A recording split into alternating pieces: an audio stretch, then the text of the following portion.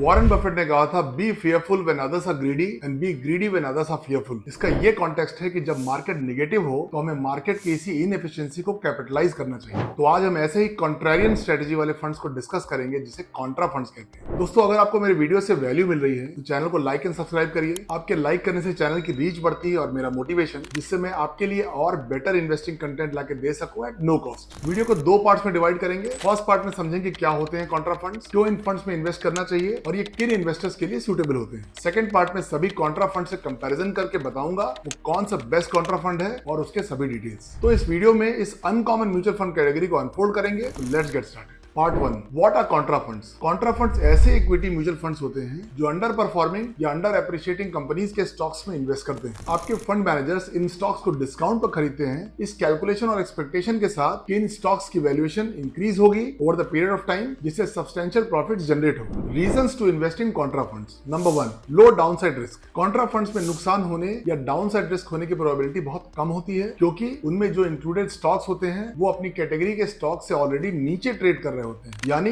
सस्ती वैल्यूएशन पे ट्रेड कर रहे होते हैं। तो जब वो सेक्टर या ओवरऑल मार्केट डिक्लाइन होता है तो कॉन्ट्रा फंड्स के ये स्टॉक्स ज्यादा इफेक्ट नहीं होते हैं और एक डाइवर्सिफिकेशन टूल की तरह काम करते हैं। Number 2, provide higher returns. जब ये इन्वेस्टेड इंडस्ट्री या सेक्टर अपने बिजनेस साइकिल में रिकवर करता है तो कॉन्ट्रा फंड्स आउट परफॉर्म करते हैं। Number 3, higher risk reward ratio. Contra funds का एक हायर रिस्क रिवॉर्ड रेशियो होता है क्योंकि वो ऐसी कंपनीज में इन्वेस्ट करते हैं जो अभी अपने फुल पोटेंशियल को अचीव नहीं किए। फंड मैनेजर्स मेटिकुलसली इवेल्युएट करते हैं ऐसी कंपनीज को जिनमें पोटेंशियल ग्रोथ का बहुत स्कोप है। Number 4, diversification. कॉन्ट्रा फंड्स एक पोर्टफोलियो को डाइवर्सिफाई करते हैं, स्पेशली जब पोर्टफोलियो के बाकी एसेट्स ट्रेडिशनल हो। Risk in considering Contra funds. Contra fund एक टाइप का म्यूचुअल फंड होता है जो मार्केट के कॉन्ट्ररी यानी ऑपोजिट डायरेक्शन में इन्वेस्ट करता है, यानी ऐसे स्टॉक्स में जो आउट ऑफ फेवर हैं या अंडर वैल्यूड है। तो कॉन्ट्रा फंड्स में इन्वेस्ट करके ये पॉसिबल है कि फंड मैनेजर को अपनी लॉस मेकिंग पोजीशन से एग्जिट लेना पड़ सकता है, इसलिए आपकी डाउन साइड प्रोटेक्शन में रिस्क इनएविटेबल है। इसलिए कॉन्ट्रा फंड्स में इन्वेस्ट करने के पहले इन्वेस्टर्स को इन 3 मेजर फैक्टर्स को कंसीडर करना चाहिए। First is risk tolerance, second is time horizon and third factor is fund objective and theme. Who should invest in contra funds. अगर आप एक लॉन्ग टर्म इन्वेस्टर हैं और अपनी इक्विटी पोर्टफोलियो के छोटे से पोर्शन में एक हायर रिटर्न्स के एवज में रिस्क एपेटाइट का एक्सपोजर देना चाहते हैं तो आप कॉन्ट्रा फंड्स में इन्वेस्ट कर सकते हैं। लेकिन अगर आप एक ऐसे इम्पेशेंट इन्वेस्टर हैं जो मार्केट के करेक्शन और वॉलेटिलिटी को झेल नहीं पाते हैं, पैनिक हो जाते हैं और शॉर्ट टर्म में ही लॉसेस को बुक कर लेते हैं, तो ऐसे इन्वेस्टर्स को कॉन्ट्रा फंड्स में बिल्कुल इन्वेस्ट नहीं करना चाहिए, क्योंकि ये एक लॉन्ग टर्म गेम है। Taxability of Contra funds. चूंकि कॉन्ट्रा फंड्स भी एक कैटेगरी के इक्विटी म्यूचुअल फंड्स होते हैं, इसलिए इनमें भी सभी इक्विटी म्यूचुअल फंड वाले टैक्सेशन स्ट्रक्चर अप्लाई होते हैं। एक साल के अंदर एग्जिट लेने पर 20% short term capital gain tax लगता है और एक साल से ज्यादा समय के बाद 12.5% long term capital gain tax लगता है और इसमें 1.25 लाख का प्रॉफिट का एग्जेम्पशन एडजस्ट कर लिया जाता है। इसके अलावा कॉन्ट्रा फंड्स में लिस्टेड कंपनीज द्वारा डिक्लेयर डिविडेंड जब रिसीव्ड होता है तो डिविडेंड लगने पर टैक्स इन्वेस्टर के टैक्स ब्रैकेट के हिसाब से एप्लीकेबल होता है। पार्ट 2, इसमें हम बात करेंगे बेस्ट कॉन्ट्रा फंड की। तो सीधा कोई भी नाम सजेस्ट करने के पहले अपने सिलेक्शन पैरामीटर पर थोड़ा कंपैरिजन कर लेते हैं। तो इंडियन मार्केट्स में 3 कॉन्ट्रा म्यूचुअल फंड्स अवेलेबल हैं, वो है SBI Contra fund, Invesco India Contra fund और कोटक इंडिया के कॉन्ट्रा फंड्स। इन तीनों फंड्स में सबसे बड़ा नेट एसेट्स यानी एयूएम साइज है एसबीआई का, जो है 41,634 crore, followed by Invesco and Kotak. तीनों का ही फंड एज सेम है जो कि 12 साल 2 महीने है। तीनों फंड्स का एक्सपेंस रेशियो ऑलमोस्ट सिमिलर 0.6% है। रिटर्न सिंस लॉन्च में हाईएस्ट रिटर्न इन्वेस्को का 18.3% है, वहीं एसबीआई और कोटक का 16% का सिमिलर रिटर्न्स है। तो बढ़िया रिटर्न्स देख के हम आंख बंद करके इन्वेस्को कॉन्ट्रा फंड में इन्वेस्ट कर सकते हैं क्या? बिल्कुल नहीं, क्योंकि पास्ट रिटर्न्स आपको फ्यूचर रिटर्न्स की गारंटी नहीं देता है। तो पिक्चर अभी बाकी है। हमको चेक करना है पोर्टफोलियो टर्नओवर रेशियो, जो हमें फंड मैनेजर का इन्वेस्टिंग अप्रोच बताता है। जितना ज्यादा पोर्टफोलियो टर्नओवर रेशियो होगा उतना एग्रेसिव फंड मैनेजर का अप्रोच होगा, यानी उन्होंने हाई चर्निंग ऑफ स्टॉक्स किया है, और कम portfolio turnover ratio conservative approach बताता है। तो इन्वेस्को का हाईएस्ट पोर्टफोलियो टर्नओवर रेशियो 73% है, जिसके कारण वो हाईएस्ट रिटर्न्स जनरेट किया है। कोटक का 41% और एसबीआई का सिर्फ 14% है, जो बेस्ट इन क्लास है। ये इन्वेस्को के 5 टाइम्स कम है,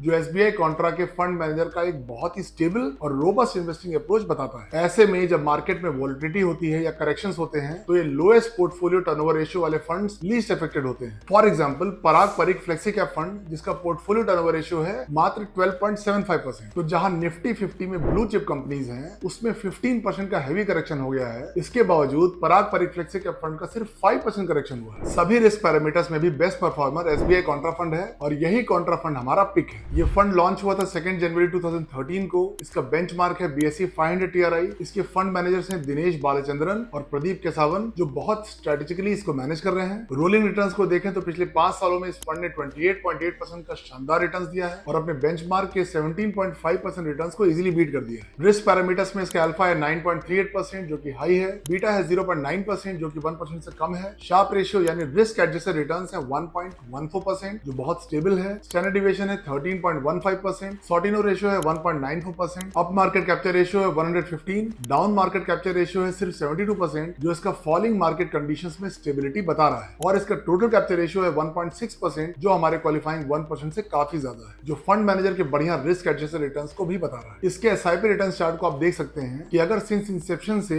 यानी जनवरी 2013 से इस फंड में 10,000 रुपए की एक मंथली एसआईपी की गई होती जिसमें कोविड पैंडेमिक वाला वोलेटाइल पीरियड भी शामिल है, तो इसने 18.29% का बेहतरीन एनुअलाइज्ड रिटर्न दिया है, यानी 14,70,000 के इन्वेस्टमेंट का 48,47,000 रुपीज का शानदार कॉर्पस बनाया है। तो क्या है हमारा फाइनल वर्डिक्ट? चूंकि कॉन्ट्रा फंड्स एक कॉन्ट्रेरियन इन्वेस्टिंग अप्रोच को फॉलो करते हैं जो conventional market capitalisation investing strategy से डिफरेंट है, तो इन्वेस्टर्स को कॉन्ट्रा फंड्स में इन्वेस्ट करने के पहले इनका फंड ऑब्जेक्टिव और थीम के बारे में प्रॉपर रिसर्च कर लेनी चाहिए। आपको कॉन्ट्रा फंड के फंड मैनेजर के इन्वेस्टिंग फिलॉसफी को अनबायस्ड और अच्छे से रिव्यू करना चाहिए, जिससे आप कॉन्ट्रा फंड्स में इन्वेस्ट करके इसका भरपूर फायदा उठा सकें। और अगर आप कॉन्ट्रा फंड में एसआईपी करना चाह रहे हैं तो पोर्टफोलियो का 10% ही एलोकेट करिए जब तक कि आप इसके इन्वेस्टिंग अप्रोच से एक्लेमेटाइज ना हो जाए। उम्मीद करता हूं कि आपको बेस्ट कॉन्ट्रा फंड फॉर 2025 का ये डेटा ड्रिवन कंटेंट प्रोडक्टिव लगा होगा। वीडियो अगर पसंद आए तो इसको लाइक करिए, चैनल को सब्सक्राइब करिए, नोटिफिकेशन के बेल आइकन को दबाइए और अपने ज्यादा से ज्यादा दोस्तों को शेयर करिए। Have a good financial health.